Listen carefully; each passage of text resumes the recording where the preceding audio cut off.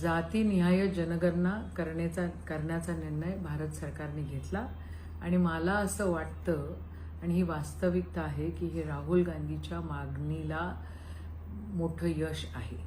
सातत्यानं राहुल गांधी म्हणत गेले की जिसकी जितनी भागीदारी उसकी उतनी हिस्सेदारी, आणि त्याच अनुषंगानं त्यांनी सभागृहामध्ये संसदमध्ये सुद्धा हे म्हटलं होतं की ह्या संसदमध्ये आम्ही हा अधिकार घेतल्याशिवाय राहणार नाही आणि सरकारला त्याची अनाउन्समेंट करावी लागली।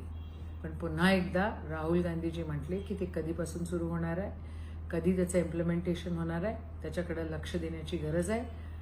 सरकारच्या या निर्णयाचं आम्ही स्वागत करतो आणि सन्मान्य राहुल गांधीच्या संघर्षाला यश मिळालं म्हणून त्यांना खूप खूप अभिनंदन करतो।